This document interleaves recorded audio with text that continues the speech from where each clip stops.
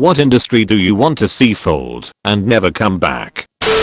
Scientology. 1000%. Any religious organization that is a facade to make its administrator/founders wealthy. Lots of mega churches are set up specifically for this purpose. Some of whom are defying COVID-19 warnings on gatherings since they want the gravy train interrupted. Yep, and at one in Tampa they issued a warrant to arrest the pastor.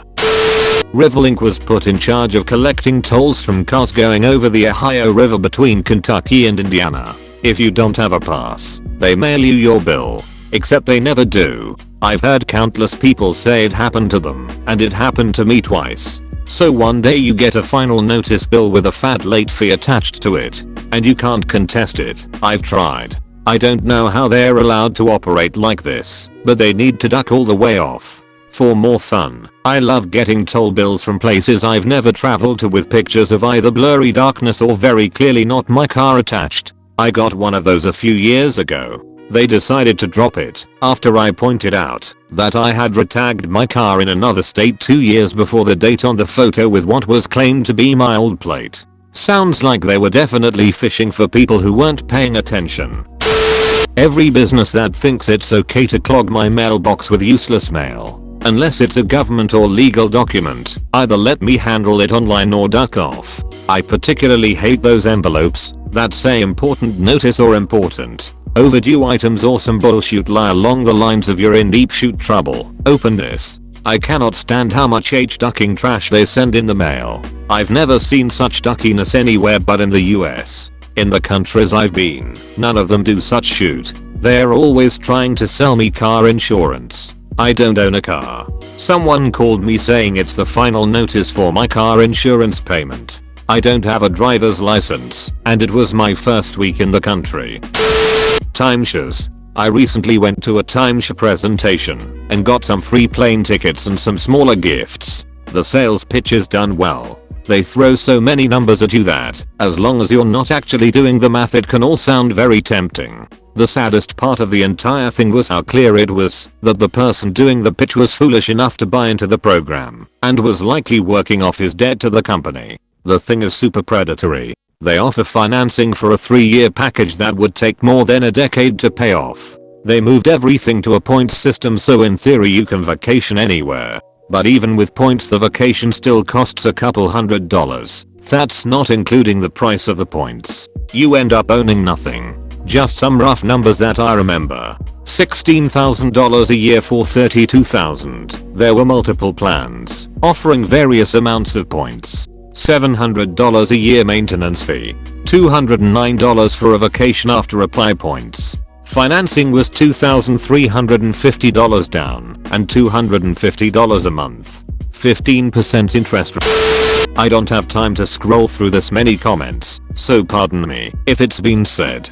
The funeral industry can duck right off. The sheer cost of what they charge for everything and all their little add-ons and hidden fees and high pressure tactics when people are at their most vulnerable should be illegal. I'm seeing more and more people going back to wakes or celebrations of life at home or other venues. Wife and I have already put those instructions into our wills and opted for cremation. We want to bequeath our money to people and charities we care about, not line the pockets of those greedy ducks. There is a YouTuber called Ask a Mortician, and she goes into detail in several videos about different methods you can use to save money and what predatory behaviors to watch out for, as well as telling you what your rights are, because many funeral directors will say by law you have to embalm, or by law you have to do this or that, and it's not true. My dad passed last year on my birthday of all days. We moved across the country a few years back, so when I got the call from mom, my time after was about making arrangements to close our business for a week, dealing with the airlines and all that fun. I trusted my older sister would be able to handle making sure my mom was both okay and that she would keep the costs in check, since my father was being cremated, which was a huge shock because he swore he never would. It was supposed be a simple gathering at funeral home for about 50 people, snacks, and then disperse. Somehow that turned into an open casket viewing with all kinds of ridiculous add-ons like the stupid printout of the itinerary and a low-res photo, a full catered lunch, which was cold, gross, and no one ate, a paid pastor to oversee the service, and a casket that must have been made of solid gold based on cost. She paid full price for the casket simply for the viewing, because they claimed they destroy them afterwards. Which I do not believe at all. What should have been a couple grand turned into almost 20. I was floored. That's money my mom, who is retired and living on a pretty crappy pension, could have used or invested, or quite frankly blown on strippers for all I care, but it was her money and they conned her out of it by saying things like doesn't he deserve a better send off, or wouldn't he have loved this idea, etc etc. They acted like they had her best interests in mind, while they gouged a grieving woman over and over. Needless to say I haven't spoken to my sister since I discovered this all. Her, 42 years old, inability to protect our mom was infuriating. The fact that you have to protect someone from vultures when they are going through the hardest thing imaginable disgusts me beyond words. Sorry for the novel, I just haven't vented about it, and honestly it's enough to bring me to tears of anger almost a year later. Edited a word. Pharmaceutical ads. Not exactly an industry, but I'll never understand why they advertise these drugs for various conditions on TV when your doctors would recommend these drugs themselves if they deemed them appropriate. Could cause loss of hair, stomach ulcers, skin cancer, sleep apnea, mental distress, breast enlargement, irreversible dark skin patches, vomiting, loss of sight, or death. But I have a backache. And let's not forget now, the painfully obvious do not take this medication if you are allergic to this medication. My favorite part is tell your doctor if you have high blood pressure, pulmonary disease, hepatitis, any number of other things that my doctor should already know that I have. The drug companies keep saying their prices are so high because they need to finance research for new and better drugs, but they spend $400 million a year on advertising. How much research would that pay for? We could research how to make more effective ads. Human trafficking. I think everyone who isn't currently trafficking humans is against human trafficking. Human trafficking is much more common than you may think. I would bet that most people have supported a business that participates in human trafficking without even knowing it. 2 nail salons and a Chinese restaurant in my area were nailed for human trafficking recently. Mega churches and Jodestein specifically. What actually is the deal with him? I wasn't really raised very religious, so it just wasn't something I ever paid much attention to. I just know my aunt would listen to him in the morning when she had satellite radio, and my parents thought that was really weird. Televangelists are weird people, but what is wrong with Jodestein in particular? He's a televangelist worth at least $40 million. He also has never been poor and was born with a silver spoon. He has no idea what low-income people go through, yet encourages donations and tithing towards him and his church. He preaches on the prosperity gospel idea, which means God is responsible for success and financial prosperity. Poverty and sickness are a curse remedied through faith, which is highly connected to donating to religious causes, so him and his church.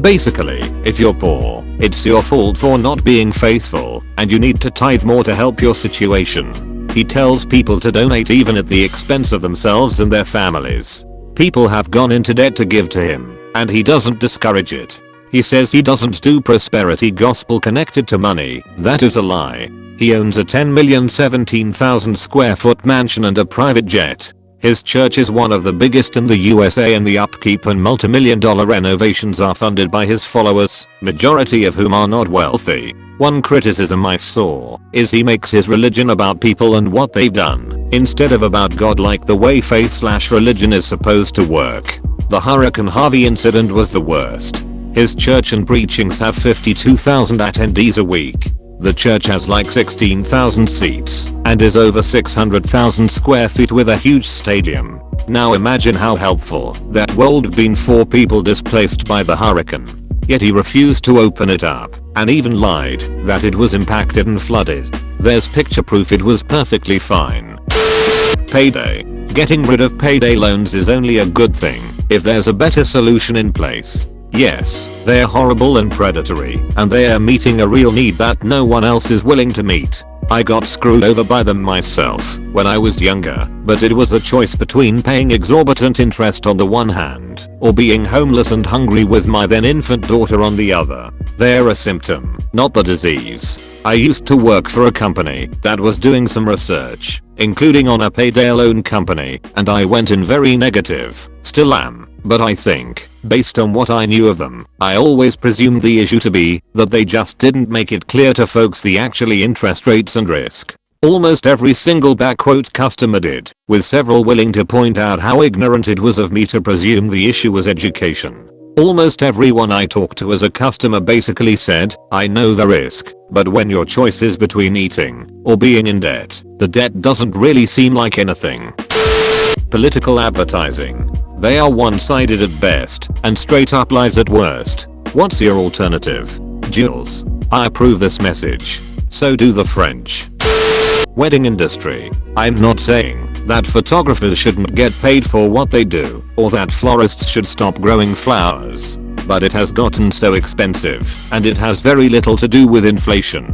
Expectations are so high, everyone is trying to outdo each other, and paying for one little thing is excruciating when you can get the same thing for a birthday party for significantly less. As someone who works in an occasionally wedding adjacent industry, music, I can explain why things are more expensive for weddings. Time and detail. For the photographer, they go to the child's birthday party to do photos, and that entails showing up when the party is starting, staying for the length of the party, 1 to 3 hours, and then having a few weeks to get the editing done, and generally will be left to do their thing and take the photos they think will work best. Compare that to a wedding, where the photographer shows up 2 hours before to do preparation shots, shoots the wedding itself, another 1 to 2 hours, does post-wedding stage shoots of the bridal party and groomsmen, another 1 to 2 hours, and then photos at the reception, another 1 to 3 hours. After this, there will be a rush on editing a percentage of these photos, so the bridal party will be able to share them within a day or two, and then the rest will be required within the next 10 or so days.